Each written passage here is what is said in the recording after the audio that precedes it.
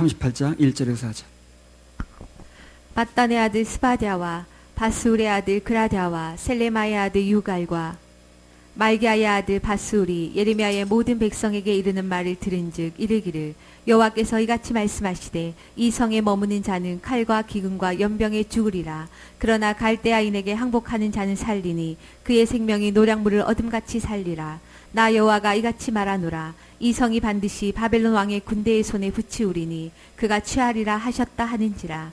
이에 그 방백들이 왕께 고하되 이 사람이 백성의 평안을 굳지 아니하고 해를 구하오니 청컨대 이 사람을 죽이소서. 그가 이같이 말하여 이 성에 남은 군사의 손과 모든 백성의 손을 약하게 하나이다. 여러 번 말씀드린 대로요, 예레미야가 그 시대 하나님부터 받은 메시지가 뭐냐면 이스라엘이 바벨론에 항복하라는 거예요. 참 껄끄러운 메시지 받은 거예요, 이게 정말. 우리 민족이 대동단결해서 힘을 합쳐서 싸웁시다. 이런 메시지 같으면 참 좋은데, 우리 나가서 항복해야 된다니까요. 이런 메시지를 받아놓으니 참 심한 나지. 근데 예레미야는 받은 말씀이니까, 하나님으로부터. 자기가 좋고 나쁘고 없는 거지. 그럼 사역자가 아니죠. 자기가 좋고 나쁘고 따지면 사역자가 아니죠. 원님이 칠합신나면 그 얘기해야지. 그거 얘기 안 하면 그건 이방이 아니지. 예레미야가 받은 말씀 그대로 전했더니, 오늘 1절에 보니까요, 말씀 그대로 전했더니 어떤 일이 벌어졌냐면 1절에 맏단의 아들 스바디아, 바술의 아들 그다랴, 셀레마의 아들 유갈, 또 밀기야의 말기야의 아들 바술, 이런 사람들이 볼때같이 일어나는 거예요. 그래가지고 그 당시 왕이 시드기야인데 예레미야를 고소하는 겁니다. 이 사람은요, 살려둘 필요가 없습니다. 이 사람은 살려둘수록 나라를 해치는 인물이고 우리 힘없게 만드는 인물이니까 죽여야 됩니다. 고소를 하는 거예요. 그래서 이 스바데라든가 그다랴, 유갈, 바술 이런 사람들이 누구냐면 다 방백입니다. 그 당시에 힘 있는 사람들이에요. 왕실의 요직에 있었던 인물들이에요. 그 한 사람만 좀 보고 넘어가면요, 바술의 아들이라고 나오죠. 바술의, 이 사람이 누군가 한번 보자고요. 예레미야 20장 1절에 3절.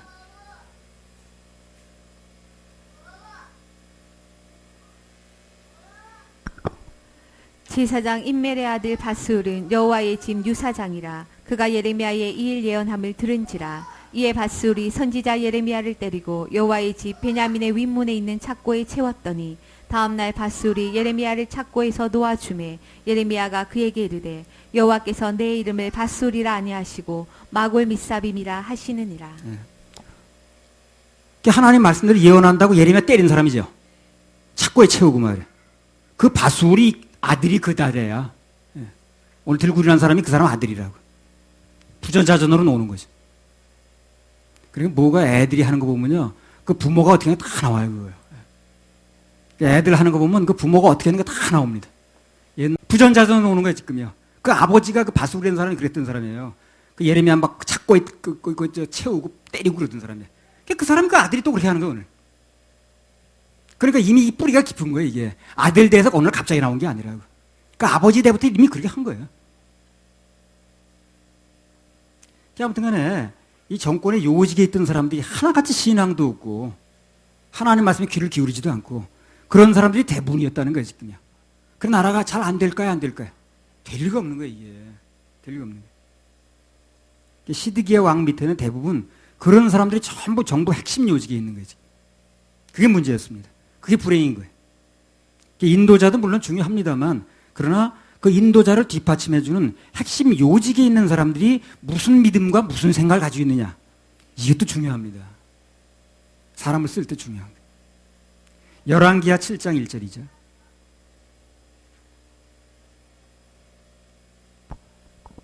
엘리사가 가로되 여호와의 말씀을 들을지어다. 여호와께서 가라사대 내일 이맘때에 사마리아 성문에서 고운가루 한 스아에 한 세겔을 하고 보리 두 스아에 한 세겔을 하리라 하셨느니라. 그때 한 장관 곧 왕이 그 손에 의지하는 자가 하나님의 사람에게 대답하여 가로되 여호와께서 하늘에 창을 내신들 어찌 이런 일이 있으리요. 엘리사가 가로되 내가 내 눈으로 보리라. 그러나 그것을 먹지는 못하리라 하니라. 여기도 보면요, 왕이 그 손에 의지하는 장관, 그 대단한 그 핵심 요직이죠. 그 사람이 하나님 말씀이 그렇다는 거 아멘하지 않고요, 여호와께서 하늘에 창을 내신들 어찌 그런 일이 있을라깝디요. 이렇게 나오는 거예요. 예. 그런 사람이 왕이 의지하는 사람이야. 그렇게 그 사람 맨 말만 하면 그런 말을 하는 거예요. 될 리가 없다는 둥, 그런 거 따라가 봤자 믿을 필요가 없다는 둥, 그런 얘기를 하는 거 아니에요. 왕이 그런 말을 자꾸 듣고 있으니까. 그런 사람한테 몸을 의탁하고 있으니 나라가 잘 될 수가 없는 거예요. 나라가 튼튼해지려면 우리를 말하면 협회나 교회가 튼튼해지려면 핵심자들이 튼튼해야 됩니다. 튼튼해야 돼요. 사람이나 짐승이나 허리가 튼튼해야 돼요. 그렇죠? 허리가 튼튼해 힘을 쓰는 거예요. 그리고 허리 역할을 하는 게 이제 여기서 이제 핵심자들이죠. 허리 역할을 잘해야 되는 거예요. 그래서 사정이 그렇기 때문에 하나님께서는요, 핵심 사역자들에게는 허리 역할을 하는 사람들에게는 더 엄격한 잣대를 들이대는 겁니다. 그래서 더 세게 다루시는 거예요. 여러분, 세게 다루는 것과 막 다루는 건 다르다고 그랬습니다. 전에 막 그렇게 말씀드렸죠. 세게 다루는 것과 막 다루는 건 다른 겁니다. 그게 막 다루는 건 상대를 무시하는 거죠, 그죠? 그래서 세게 다루는 것은 상대를 핵심으로 보는 겁니다. 다른 거예요.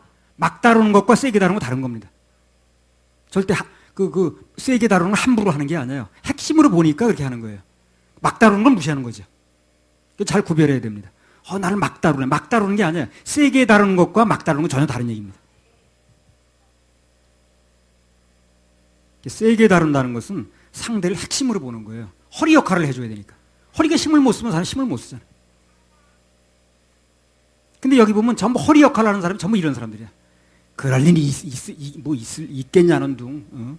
전부 다 그냥 그 하나님 선지자 갖다 잡아 가두고 때리고 이런 사람들이 있는 거예요. 또 그 아들들이 또 연이어 있는 거예요. 그리고 왕이 잘 될 수가 없는 거예요.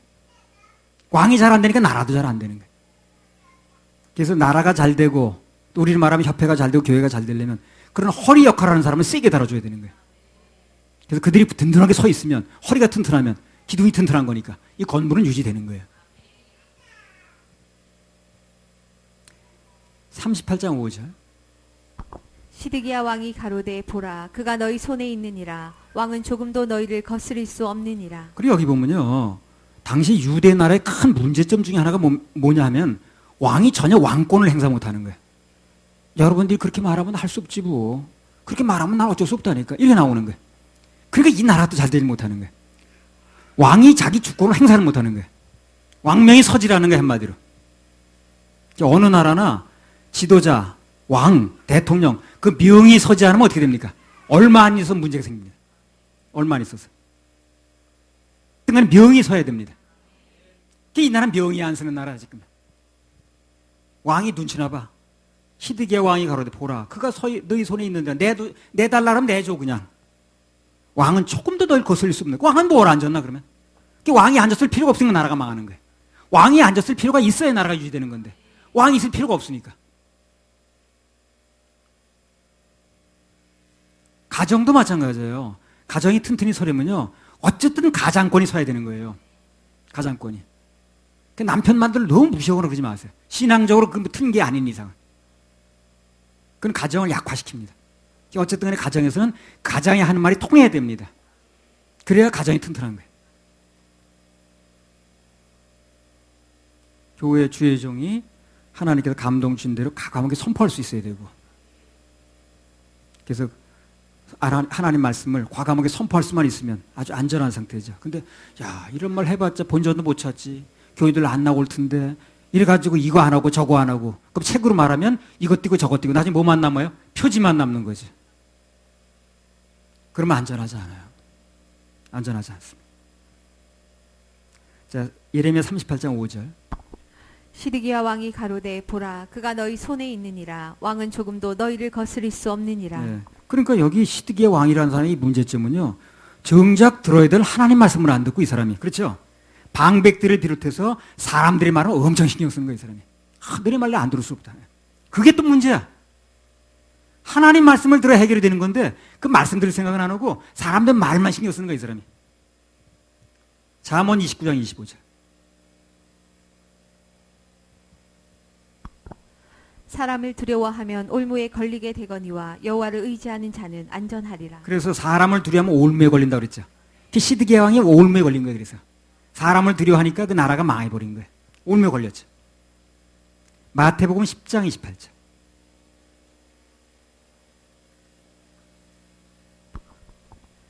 몸은 죽여도 영혼은 능히 죽이지 못하는 자들을 두려워하지 말고 오직 몸과 영혼을 능히 지옥에 멸하시는 자를 두려워하라. 예, 그러니까 개인이든 나라든 누굴 두려워하는가, 누굴 의식하고 사는가, 거기 모든 성공과 실패가 달렸습니다. 우리 인생도 마찬가지예요. 내가 누굴 두려워하는가, 뭘 두려워하는가, 이게 이제 성공과 실패예요. 여러분, 누굴 두려워합니까? 뭘 두려워합니까? 뭘 두려워하느냐가 중요한 거예요, 그 사람이. 뭘 부러워하는가도 중요하고, 그 사람이 뭘 부러워하는가. 부러워하면 따라가겠지, 그거. 뭘 부러워하는가, 뭘 두려워하는가, 이게 중요한 거예요. 누굴 의식하고 사느냐는 얘기거든. 거기에 모든 성공과 실패, 그리고 승리와 패배가 달려있다는 겁니다. 예레미야 38장 6절. 그들이 예레미야를 취하여 시위대 뜰에 있는 왕의 아들 말기야의 구덩이에 던져 넣을 때에 예레미야를 줄로 달아 내리웠는데 그 구덩이에는 물이 없고 진흙뿐이므로 예레미야가 진흙 중에 빠졌더라. 예, 그래서 결과적으로 그들은 이제 어떻게 했습니까? 그 왕이 예레미야의 말을 듣지 않고 하나님 말씀 듣지 않고 그 사람의 말을 들은 거예요. 그래가지고 예레미야를 취해서 붙잡아서 시위대 뜰에 있는 왕의 아들 말기야의 구덩이에 던져 넣었다는 겁니다.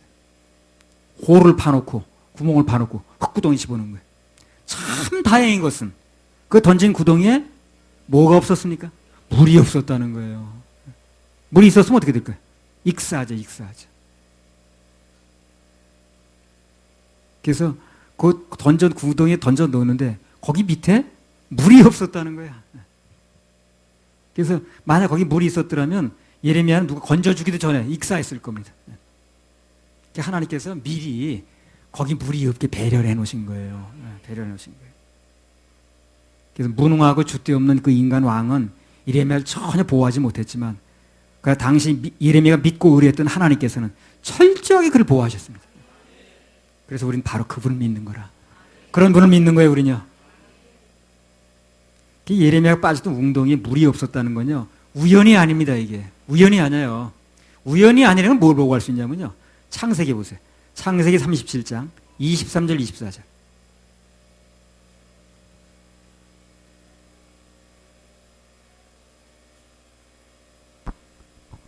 요셉이 형들에게 이르매 그 형들이 요셉의 옷 곧 그 입은 채색 옷을 벗기고 그를 잡아 구덩이에 던지니 그 구덩이는 빈 것이라 그 속에 물이 없었더라. 예, 마찬가지입니다. 요셉을 이제 구덩이에 빠뜨려요, 형들이. 근데 구덩이에 물이 있었으면 죽은 거죠. 물이 없는 거예요, 거기. 그것도 배려야. 공통적인 게. 그게 물이 없었으니까 살아있었고 생명을 유지했으니까 팔아넘길 수 있었던 거예요. 안 그러면 죽은 겁니다, 거기서. 물이 있는데 어떡할 거예요, 그거. 형들이 팔아넘기고 말기도 하기도 전에 물이 있었으면 죽은 거예요. 그래서 그런 것까지 하나님 배려하셔서 물이 없는 곳에 넣은 겁니다, 그게. 그렇게 배려하시는 분이, 그렇게 앞뒤를 다 제수하시는 분이, 그렇게 빈틈없는 분이 바로 우리 주님이시라는 거예요. 내 신랑이라는 겁니다. 우리 아버지시라는 거예요. 감사하죠? 박수 한번 해드려요. 너무 감사한 거예요. 네. 마태복음 10장 29절에 31절.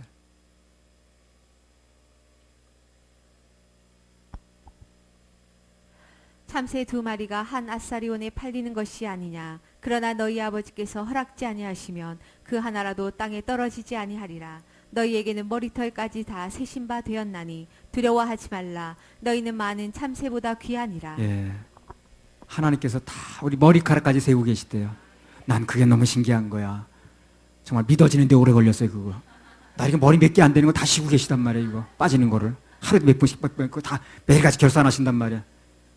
플러스 마이너스 뭐 하시는 거지, 나. 그러니까 아신다고 그러는 건 아는 걸 믿어야지. 나 요거 믿는데 좀 오래 걸렸습니다. 예. 근데 분명한 것은 우리 머리털까지 다 세신 바 되셨다는 거야. 그러니까 믿어야지, 우리는. 그렇잖아? 그렇다는데 뭐 아니라고 그러겠어요. 예. 이렇게 보호하신다는 겁니다. 이런 분을 믿어야 돼요. 그러면 현명한 겁니다. 그런 분을 믿고 따라가는 인생은 잘 선택한 겁니다. 주를 잘 선 거예요. 할렐루야, 우리 하나님 박수 올려드려요. 38장 7절에서 13절. 왕궁 환관 구스인 에벤멜렉이 그들의 예레미야를 구덩이에 던져 넣었음을 들으니라. 때의 왕이 베냐민 문에 앉았더니 에벤멜렉이 왕궁에서 나와 왕께 고하여 가로되 내 주 왕이여 저 사람들이 선지자 예레미야에게 행한 모든 일은 악하니이다. 성중에 떡이 떨어졌거늘 그들이 그를 구덩이에 던져 넣었으니 그가 거기서 죽여 죽으리이다. 왕이 구스인 에베멜렉에게 명하여 가로되 너는 여기서 30명을 데리고 가서 선지자 예레미야의 죽기 전에 그를 구덩이에서 끌어내라. 에베멜렉이 사람들을 데리고 왕궁 곳간 및 방에 들어가서 거기서 헝겊과 낡은 옷을 취하고 그것을 구덩이에 있는 예레미야에게 줄로 내리우며 구스인 에베멜렉이 예레미야에게 이르되 너는 이 헝겊과 낡은 옷을 내 겨드랑이에 대고 줄을 그 아래 대라. 예레미야가 그대로 하매 그들이 줄로 예레미야를 구덩이에서 끌어낸지라. 예레미야가 시위대 뜰에 머무니라. 예. 그래서 예레미야가 어렵지만 하나님 말씀편에 서서 바벨론의 항복을 자꾸 권유하는 거예요. 자기도 괴롭지만. 그러니까 그게 누구한테서 나온 말씀인지도 모르고 자꾸 예레미야한테 얘기를 하는 거예요. 매국노라 그러면서. 결국 어디 빠뜨렸어요? 진흙구덩이에 빠뜨렸습니다. 그래서 물이 없는 흙구덩이에 오전에 말씀드린 것처럼 빠졌기 때문에 목숨은 건졌어요. 근데 그 고통이 말할 수가 없는 거예요. 거기 들어가 있는 게. 거기 무슨 화장실이 따로 있습니까? 무슨 뭐 용변을 보면 어디 흘러내려가기를 합니까? 먹는 건 둘째치고 이게 참 그건 불편한 거예요. 잠은 또 어떻게 잘 것이며 그 많은 시간은 뭘 하고 지낼 것이며 절망이고 공포고 그렇죠. 그렇죠? 근데 이제 감사한 건 뭐냐면 하나님께서 그분의 말씀을 선포하다 이렇게 된 거죠. 이게 지금 절대 그냥 내버려두지 않았습니다. 그게 감사한 거예요. 자기가 무슨 엉뚱한 짓을 하다 그런 게 아니고 말씀을 선포한 것 때문에 이렇게 된 거거든. 하나님 그냥 내버려두지 않았습니다.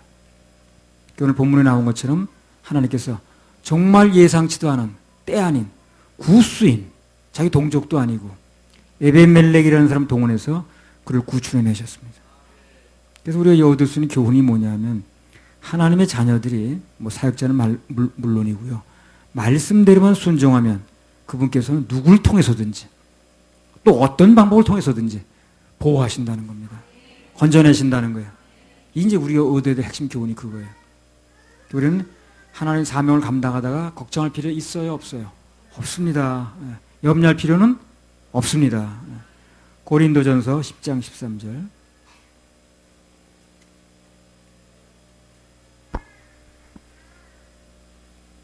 사람이 감당할 시험 밖에는 너희에게 당한 것이 없나니 오직 하나님은 미쁘사 너희가 감당치 못할 시험 당함을 허락지 아니하시고 시험 당할 즈음에 또한 피할 길을 내사 너희로 능히 감당하게 하시느니라. 어떤 경우에든지 하나님 말씀대로만 하면 예레미야가 말씀대로 하다 그렇게 됐는데 결국 건져내셨거든요. 말씀대로만 하면 감동대로만 하면 사는 길이 반드시 있습니다. 피할 길이 있다니까요. 나 여러 번 겪었습니다. 말씀대로 한 것 때문에 이루어진 일은 반드시 피할 길을 주시더라고요. 또 감당할 수 있게 해주시고. 근데 어떤 방법으로 피할 것인가, 어떤 방법을 예비하셨는 것을 그 방법은 하나님이 정하셔요. 그건 내 방법대로 정하다가 실망하는 거예요. 난 이렇게 될 줄 알았는데. 그렇게 따지면 바울 사도가 뭡니까 그거 쇠사슬이 묶여가지고 로마로 들어가죠. 그건 누가 원했던 건가? 보무도 당당하게 되길 원했지. 근데 그러니까 보호가 잘 안 되니까 로마 군병을 붙여서 들어가는 거거든 그게. 그래서 오늘 예레미야가 자기가 별로 상관도 없는 그런 구수인이 나서서 자기를 구해줄 줄 상상도 못했을 겁니다. 그렇죠? 그 사람은 아무 관계도 없는 사람인데 우리나라 동포도 가만히 있는 판인데. 그래서 하나님의 역사는 언제나 예측 불허입니다. 상상 초월이에요. 근데 어떤 경우가 됐든 간에 말씀대로 하다가 일어난 일은 그분이 무슨 방법을 동원해서든지 책임을 진다는 겁니다. 상상 초월. 우리 이걸 믿는 거예요, 지금요. 이 역사를 기다리고 있는 겁니다, 바로. 출애굽기 14장에 보면 양쪽에는 절벽이고 앞에는 홍해바다예요. 뒤에는 애국 군대가 쫓아오는 거예요. 바로의 군대가. 이거 할 도리가 없는 거예요. 바다가 무슨 앞으로 갑자기 없어지겠어요? 아니면 절벽이 갑자기 허물어지겠어요? 뒤에 오는 바로 군대가 마음을 돌리고 돌아가겠어요? 봐주기를 하겠어요? 방법이 없는 거예요. 근데 정말 상상 초월의 역사가 일어나는 거예요. 그 홍해바다 갈라지는 거예요. 그건 정말 상상 못했던 일이죠.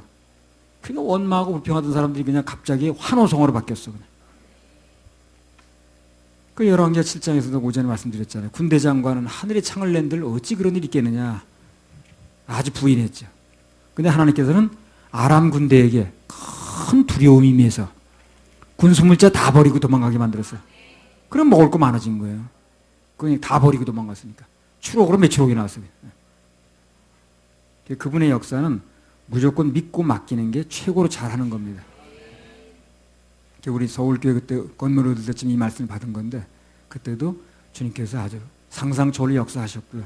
난 이런 곳에 이런 장소가 있다는 걸 상상도 못했고 얼마나 좋습니까? 주일날 차대기 좋고 뭐 떠들고 그냥 우리 찬양 불러도 누가 문제 삼는 사람도 없고 정말 상상 초월입니다. 근데 이 상상 초월의 역사가 그걸로 끝난 게 아니고 앞으로도 얼마든지 또 있을 수 있다는 거예요. 그게 감사한 거예요. 또 한번 합시다. 상상초. 자, 예레미야 38장 14절에서 18절 또 읽어보세요. 시드기야 왕이 보내어 선지자 예레미야를 여호와의 집 제3문으로 데려오게 하고 왕이 예레미야에게 이르되 내가 내게 한 일을 물으리니 이로도 내게 숨기지 말라. 예레미야가 시드기야에게 이르되 내가 이 일을 왕에게 아시게 하여도 왕이 단정코 나를 죽이지 아니하시리이까. 가령 내가 왕을 권한다 할지라도 왕이 듣지 아니하시리이다. 시드기야 왕이 비밀이 예레미야에게 맹세하여 가로되 우리에게 이 영혼을 지으신 여호와께서 사시거니와 내가 너를 죽이지도 아니하겠고 내 생명을 찾는 그 사람들의 손에 붙이지도 아니하리라. 예레미야가 시드기야에게 이르되 만군의 하나님이신 이스라엘의 하나님 여호와께서 이같이 말씀하시되 내가 만일 바벨론 왕의 방백들에게 항복하면 내 생명이 살겠고 이 성이 불사름을 입지 아니하겠고 너와 내 가족이 살려니와 내가 만일 나가서 바벨론 왕의 방백들에게 항복하지 아니하면 이 성이 갈대아인의 손에 붙이우리니 그들이 이 성을 불사릴 것이며 너는 그들의 손을 벗어나지 못하리라 하셨나이다. 자, 이 시드기야 왕이 자꾸 예레미야 부릅니다. 이제 왜 자꾸 부를까요? 확신이 없는 거예요. 자기도 자기 믿고 있는 일에 자기가 나가는 일에 확신이 있으니 부를 리가 없는데 확신이 없는 거예요. 불안하니까 자꾸 부르는 거예요. 그럼 이렇게 갈팡질팡하는 확신이 없어 하는 왕에게 예레미야가 할 수 있는 최대의 봉사는 뭡니까? 진실을 말해주는 거예요. 진실을 말해주는 겁니다. 감언이설로 하는 게 그게 도와주는 게 아니고 진실을 말해주는 게 이게 이제 봉사하는 거예요. 아첨하는 게 봉사가 아니라고. 그래서 오늘날도 마찬가지입니다. 사람들이 뭐라고 하든 간에 우리는 이 세상에 끝날이 있다는 거, 그리고 그 후에 심판이 있다는 거, 한 번 죽는 것은 사람에게 정하신 것이요 그 후에는 심판이 있으니 그걸 분명하게 말해줘야 됩니다. 그게 사람들에게 할 수 있는 최대의 봉사입니다. 봉사예요. 뭐 그런 의미에서 보면 주의 종들도 목사도요, 성도들이나 더 나아가서 사람들에게 진실을 말해주는 게 최고의 봉사입니다. 귀에 듣기만 좋은 얘기 한다고 봉사가 아니에요. 그게 능사가 아니라고요. 인기 발언에서 다 해결된다면 뭐가 문제가 되겠어요. 그죠? 걱정할 게 뭐 있고. 그래서 오늘 예레미야가 바벨론 왕에게 항복하면 산다고 하는 것이 그 당시의 진실이었듯이 오늘날 우리는 만왕의 왕 예수님이 항복하면 산다고 말해주는 거. 그게 진실이라. 그때는 바벨론 왕에게 항복하면 산다고 말하는 게 진실이었고 지금은 만왕의 왕 예수 그리스도에게 항복하면 산다고 그렇게 말해주는 게 진실이에요.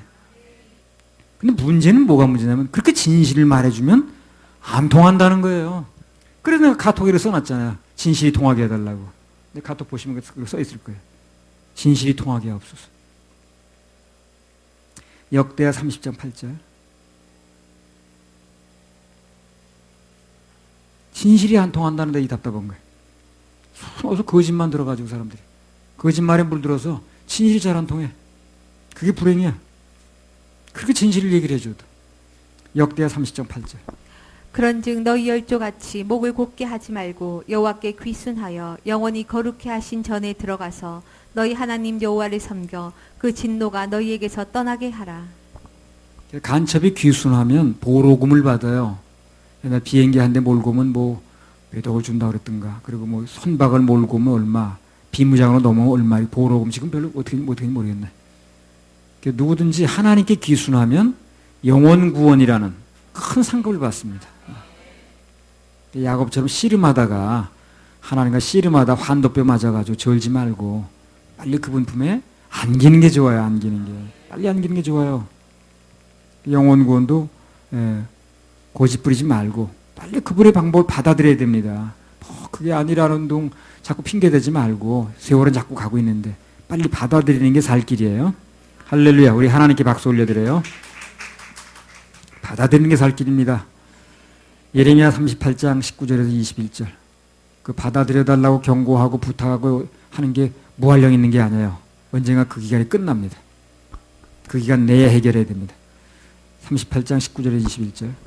시드기야 왕이 예레미야에게 이르되 나는 갈대아인에게 항복한 유다인을 두려워하노라. 염려컨대 갈대아인이 나를 그들의 손에 붙이며 그들이 나를 조롱할까 하노라. 예레미야가 가로되 그 무리가 왕을 그들에게 붙이지 아니하리이다. 원하옵나니 내가 왕에게 구한 바 여호와의 목소리를 청종하소서. 그리하면 왕이 복을 받아 생명을 보존하시리이다. 그러나 만일 항복하기를 거절하시면 여호와께서 내게 보이신 말씀대로 되리이다. 예레미야는 감정이 아니라 철저하게 말씀편에서 얘기를 합니다. 자기 조국이 적국에 항복하는 걸 좋은 사람은 아무도 없어요. 말씀이 그렇게 나오니까 얘기를 하는 거예요.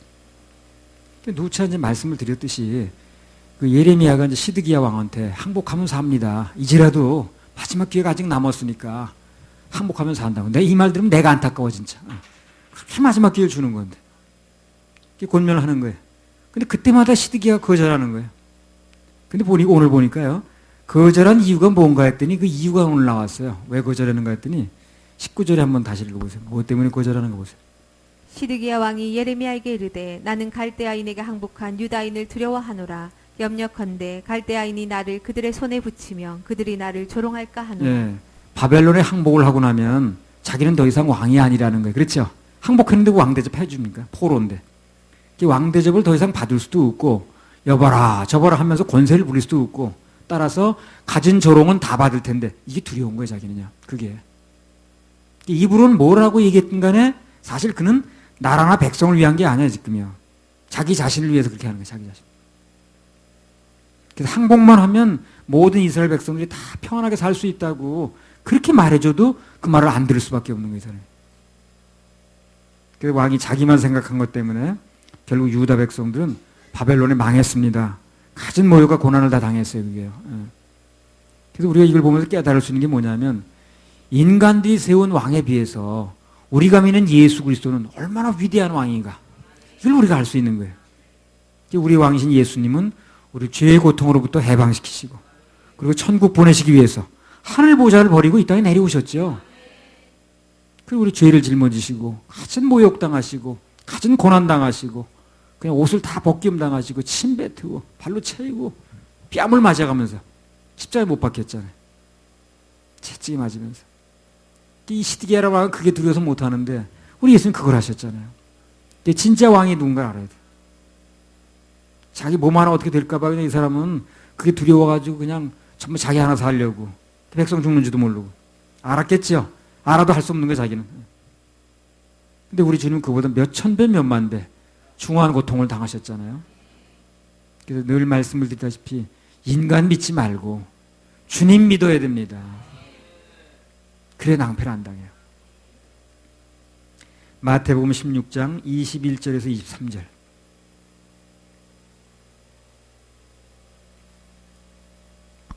이때로부터 예수 그리스도께서 자기가 예루살렘에 올라가 장로들과 제제사장들과 서기관들에게 많은 고난을 받고 죽임을 당하고 제3일에 살아나야 할 것을 제자들에게 비로소 가르치시니 베드로가 예수를 붙들고 가나여 가로되 주여 그리 마옵소서 이 일이 결코 주에게 미치지 아니하리이다.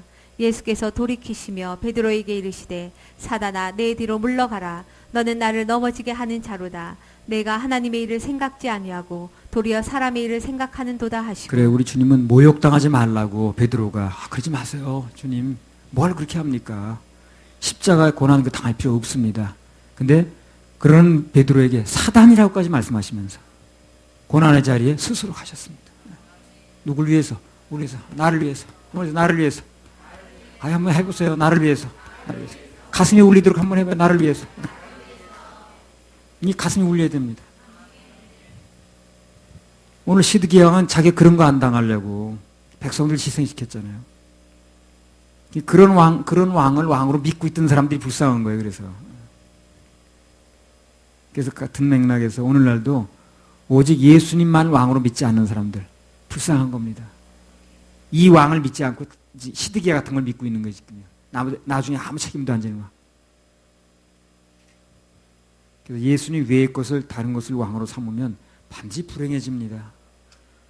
전에 그 신문 보도에 무슨 보도가 났냐면요. BMW라고 승용차 중에 아주 비싼 거죠, 그거요. 예. 사고가 나가지고 이제 운전사가 사망했거든요. 그리고 옆좌석에 앉았던 사람이 뭐라고 진술하냐면 다른 차가 그 차를 앞질러 갔다는 거예요. 그러니까 이 사람이 감히 BMW를 앞질러 가? 그러면서 쫓아가더라는 거예요. 쫓아가다가 그냥 다른 차가 갑자기 나오니까 쫓아가는 판이니까 이제 받은 거예요. 그래서 이제 운전수 죽은 거예요. 그 사람은 그 차를 왕으로 삼은 겁니다, 지금. 불행해졌어요? 행복해졌어요? 불행해집니다. 예수님 외의 것을 왕을 삼으면 다 불행해집니다. 다 불행해져요. 강연이 잘 들어요. 예수님 외의 것을 왕을 삼으면 거기 지배를 받으면 반드시 불행해집니다. 다 같은 맥락이라. 그래서 시드기야 왕을 삼은 그 백성들이 불행해졌듯이 예수님 외에 하나님 외의 것을 왕 삼고 왕 삼는다는 게 그 영향을 받는다 그 말이에요. 그렇죠? 왕이 뭡니까? 그게 영향을 받는 거거든 지금. 돈이 왕인 사람은 돈의 영향을 받는 거예요. 그것 때문에 낙심하고 절망하고 한강다리 뛰어들고 그러는 거예요. 그러니까 내가 결정적으로 영향을 받는 게 왕이라 그게. 그게 뭐 자녀가 됐든 사위가 됐든 무슨 며느리가 됐든 누가 됐든 간에 거기 영향을 받아가지고 있으면 그게 이제 온 사랑을 다 뺏겨가지고 그러면 그게 이제 왕이 된 거예요. 예수님 왕 되면 서로 불행합니다. 이 세상의 모든 불행은 다 예수님 외의 것으로 왕을 삼은 결과 때문에 그렇게 되는 거예요. 그래서 모든 문제가 생기고 모든 고민이 생깁니다. 그래서 오늘 예수 외에는 전부 다 시드기야 왕이라고 보면 돼요. 예수 외에는 전부 시드기야 왕이라고 보면 돼요. 그게 돈이든 뭐든 다 마찬가지. 돈이든 권력이든 학벌이든 출세하는 거든 무슨 할아버지든 할머니든 손자든 뭐든 다 그게 이제 시드기야라고 보면 되는 거예요. 그것 때문에 마음을 뺏긴다면 예배 실패한다면 돈이나 권력이나 학벌 출세 그런 게 왕이 되잖아요. 만족이 없습니다. 나를 만족시키지 못해 그게. 예수만을 왕으로 삼을 때 거기에 진정한 행복이 있고 만족이 있습니다. 할렐루야. 우리 하나님께 박수 올려드려요. 자, 예레미야 38장 24절에서 28절. 시드기야가 예레미야에게 이르되 너는 이 말을 사람으로 알게 하지 말라. 그리하면 내가 죽지 아니하리라. 만일 방백들이 내가 너와 말하였다 함을 듣고 와서 내게 말하기를 내가 왕에게 말씀한 것을 우리에게 구하라. 우리에게 숨기지 말라. 그리하면 우리가 너를 죽이지 아니하리라. 또 왕이 내게 말씀한 것을 구하라 하거든 그들에게 대답하되 내가 왕의 앞에 간구하기를 나를 요나단의 집으로 도로 보내지 말아서 거기서 죽지 않게 하옵소서 하였다 하라 하니라. 모든 방백이 예레미야에게 와서 물으매 그가 왕의 명한 모든 말대로 대답하였으므로 일이 탈놓지 아니하였고 그들은 더불어 말하기를 그쳤더라. 예레미야가 예루살렘이 함락되는 날까지 시위대 뜰에 머물렀더라. 예, 요 본문 가지고 아주 중요한 내용이 하나 나오는 거 잘 들으시기 바랍니다. 그래서 앞서 보면 시드기야가 예레미야에게 말하기를 하나님으로부터 받은 말씀이 없냐고 물어봤죠. 궁금하니까. 물어보니까 이제라도 바벨론에 항복하는 것이 사는 길입니다. 마지막 기회가 한 번 더 남았습니다. 이렇게 얘기를 해줬거든요. 그래도 그 모든 권명을 다 듣고 난 시드기야 왕이 그 말씀을 따를 생각은 안 하고 정말 핵심에서 벗어난 영양가 없는 그런 제안을 하나 하는 거예요. 예레미야한테. 무슨 제안을 했습니까? 방금 24절 28절 내용이 그거죠. 무슨 제안을 했어요? 네가 나에게 바벨론에게 항복하라고 했던 내용을 말했다는 말하지 마라. 그냥. 바벨론에게 항복하랬다고 그렇게 나한테 말해줬죠. 지금 왕한테. 그걸 말하지 말라는 거 밖에 나가서. 그리고 그 말에 따르지 않으면 바벨론에 항복하지 않으면 온 나라가 망하고 비참하게 된다고 그렇게 말했다는 것을 나에게 말했다는 것을 밖에 나가서 말하지 말라는 거예요. 왜 그렇습니까? 그렇게 말하면은 백성들이 마음이 흔들릴 수가 있죠. 그럼 자기 왕자리 안 내놓으려고 그러는 건데 내놓을 수 있잖아요. 항복하면. 이기 싫은 거예요. 끝까지 그걸 붙드는 거예요. 지금.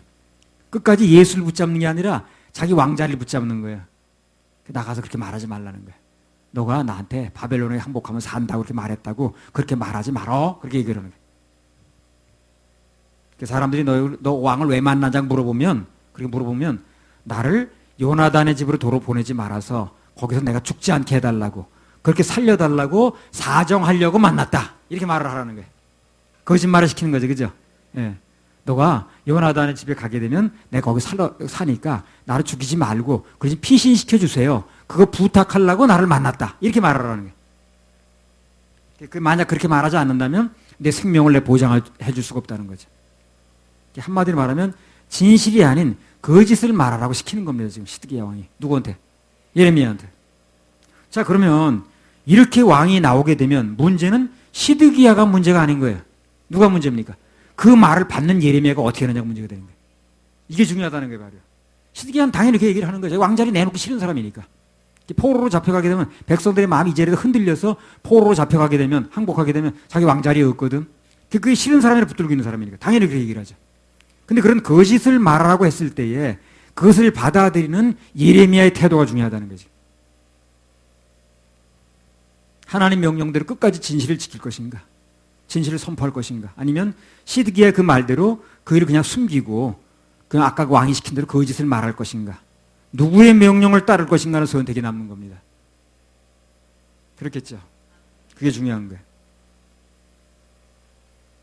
자, 근데 예레미야가 어떻게 답변하나 보세요. 참나 놀랬습니다, 이거. 예레미야 38장 27절. 모든 방백이 예레미야에게 와서 물음에 그가 왕의 명한 모든 말대로 대답하였으므로 일이 탈놓지 아니하였고 그들은 더불어 말하기를 그쳤더라. 예, 어떻게 말했어요? 왕이 말한 대로 말해버렸어요, 그냥.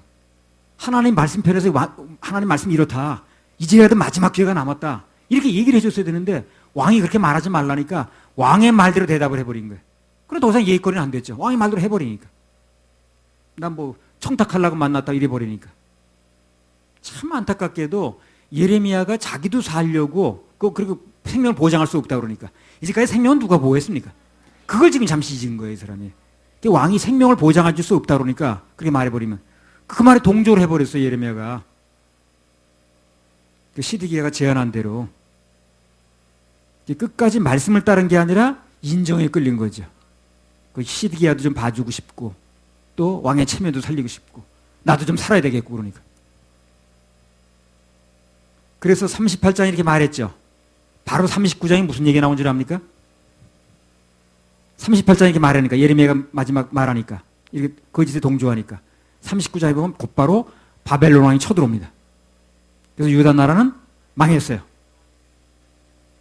여기서 우리가 배울 수 있는 결정적인 교훈이 뭐냐면, 예레미야가 갇힌 핍박을 받고 고난을 받고 그러한 속에서도, 그런 연단과 핍박과 고난 속에서도 하나님의 심판을 말하고 또 살 수 있는 방법을 얘기하고 그렇게 진실을 말할 때는 하나님께서 어떻게 해서든지 이스라엘의 심판을 미뤄줬다는 겁니다. 미뤄줬다는 거예요. 그렇죠? 어떻게 해서든지 이스라엘의 심판을 미뤄줬습니다. 아직 희망이 있으니까. 이 바벨론이 쳐들어온다는 얘기가 1장부터 나와요. 근데 38장까지 미룬 거예요, 지금요. 그렇죠? 1장부터 나왔잖아요, 바벨론이 쳐들어온 얘기가. 근데 38장까지 미뤄준 거예요, 지금요. 예레미야가 버텨주니까. 예레미야가 하나님 말씀편에 서서 진실을 말하는 한 하나님 보실 때는 아직 희망이 있는 거예요. 1장부터 나오는데 얘기가 38장까지 미룬 거예요, 지금요. 우리로 말하면 작년부터가 얘기한 거예요, 지금 이거요. 예. 근데 아직 미룬 거예요. 언제 쳐들어오는지. 근데 38장의 결정적인 순간에 예레미야가 거기 동조해버리는 거예요. 그걸 더 이상 하나님 희망 둘 게 없는 거예요. 그 39장이 쳐들어버리는 거예요. 망해버렸습니다. 하나님께서 보실 때 마지막 희망인 예레미야마저 하나님 말씀편에 서질 않고 인정에 끌려서 왕의 편에 서서 거짓말을 말하니까 더 희망이 없는 거예요. 이스라엘 나라가 바로 망했습니다. 39장에. 희망이 없으니까. 아까 T50 세포 얘기했죠, 오전에. T50 세포. 그 바로 그거예요.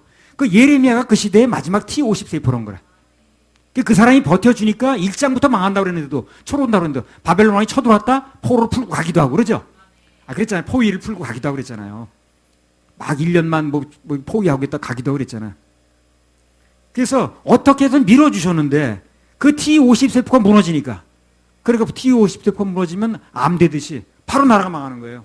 그러니까 이 T50 세포가 버텨주는 역할이 얼마나 중요하냐는 거예요, 이게. 예레미야가 그 역할을 한 거예요, 그 시대에. 그 사람이 무너지니까 더 이상 이제 방파제가 없는 거예요.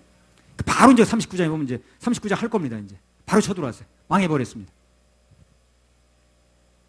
최후의 진실의 전달자가 예레미야인데 그 사람마저 무너져 버리니까 우리 몸으로 말하면 T50 세포가 무너진 거예요. 그 죽음이 이르는 겁니다. 암이 되고 죽는 거예요. 그래서 나라로 말하면 망하는 거고. 그래서 어떤 경우에도 하나님 편에 서서 말씀 편에 서서 진실을 말하는 것이 왕도 살고 백성도 살고 나도 사는 거예요. 그걸 명심할 필요가 있습니다. 진실을 말하고 말씀 편에서 얘기하는 것이 서로가 사는 길이에요. 그거 맞춰준다고 인정 맞춘다고 사는 길이 아니에요. 금방 증명되잖아 이게. 그거 진실을 말할 때는 그냥 막 예레미야도 살려주고 누굴 통해서 살려주고 말이에요. 쳐들어온다는 말은 들렸지만 계속 막아주시고. 아, 나 이걸 보고 굉장을 느꼈습니다. 아, 그렇구나. 그 예레미야마저 무너지니까 바로 끝나는 거예요 이게.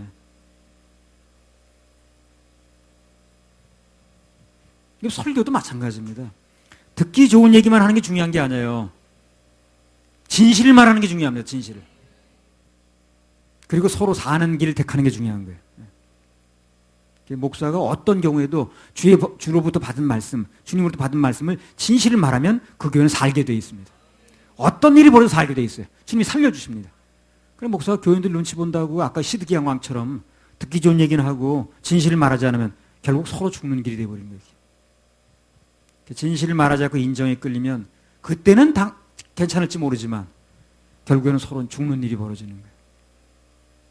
그래서 앞서 방금 말씀드렸습니다만 예레미야가 어떤 난관을 무릅쓰고라도 진실을 말할 때는 하나님께서 여러 가지 방법을 통해서 그를 살려주셨습니다. 생각지 않은 구수인을 통해 살려주시고 뭐 바벨론이 쳐들어왔다 포로를 일부러 풀기도 하고 말이에요. 포로랜다 참 포위를. 근데 오늘 예레미야가 사람의 인정에 얽매여서 거기를 얽매여가지고 일을 하기 시작하니까 말씀에서 벗어나기 시작하니까 모든 게 끝나버리는 거예요. 그래서 우리 누가 뭐래도 하나님의 마지막 희망입니다. 우리가 마지막 희망이에요. 우리 믿는 하나님의 자녀들이 거듭난 사람들이 마지막 희망이라고요. 그렇잖아요. 세상에 어찌 가든 우리만이라도 끝까지 진리 편에 서야 됩니다. 말씀 편에 서야 돼요. 그게 모두가 사는 길입니다. 모두가 사는 길. 모두가 사는 길입니다. 여호수아 24장 14절 15절. 그러므로 이제는 여호와를 경외하며 성실과 진정으로 그를 섬길 것이라. 너희의 열조가 강 저편과 애굽에서 섬기던 신들을 제하여 버리고 여호와만 섬기라. 만일 여호와를 섬기는 것이 너희에게 좋지 않게 보이거든 너희 열조가 강 저편에서 섬기던 신이든지 혹 너희의 거하는 땅 아무리 사람의 신이든지 너희 섬길 자를 오늘날 택하라. 오직 나와 내 집은 여호와를 섬기겠노라. 그러니까 예레미야가 그렇게 진실을 말하지 않고 인정편에 서가지고 거짓을 받아들이는 순간 그 사람 사역은 어떻게 됐습니까? 끝났습니다. 그 뒤에는 그 세계 역사가 어떻게 돌아가는 얘기만 있지 예레미야 사역 얘기가 나오질 않아요. 여기 왜 여호수아가 이렇게 말하는가? 자기 혼자만이라도 하나님 앞에 서면 그로 말미암아 나라 전체가 산다고. 대표성이라고 해요. 대표성을 가지고 있는 거예요. 자기 혼자만 이렇게 버텨주면 왜? T50이니까. T50 세포 하나만 버텨주면 암으로 넘어가지 않는다고 보는 거지. 그래서 그 얘기를 하는 거예요. 너네 다 넘어갈지언정 나라도 버텨주겠다 그 말이죠. 그래서 그렇게 말하는 거예요. 그래서 너희도 섬길 자가 있으면 해라 그냥. 그럼 나와 내 가족만큼은 끝까지 버티겠다는 거죠. 그게 사는 걸 보는 거지 그냥. 그리고 이제 엘리사도 마찬가지고. 사도행전 16장 31절.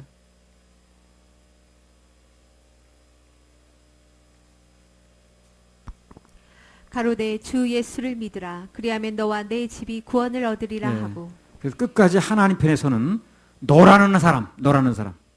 그 사람 때문에 그 나라, 그 교회, 그 가정이 구원을 받는 겁니다. 하나님께서 그 사람을 보는 거예요. 너라는 사람이 어떻게 보는가. 하나님 편의 선거 때문에 핍박을 당하는 분들이 계시다면 바로 그 사람이 사도행전 16장 31절에 나오는 너라는 것을 알 필요가 있어요. 결국 너라는 그 사람 때문에 우리 모두가 구원을 얻게 된다는 겁니다. 그걸 믿으시기 바랍니다. 할렐루야. 우리 하나님 박수 올려드려요.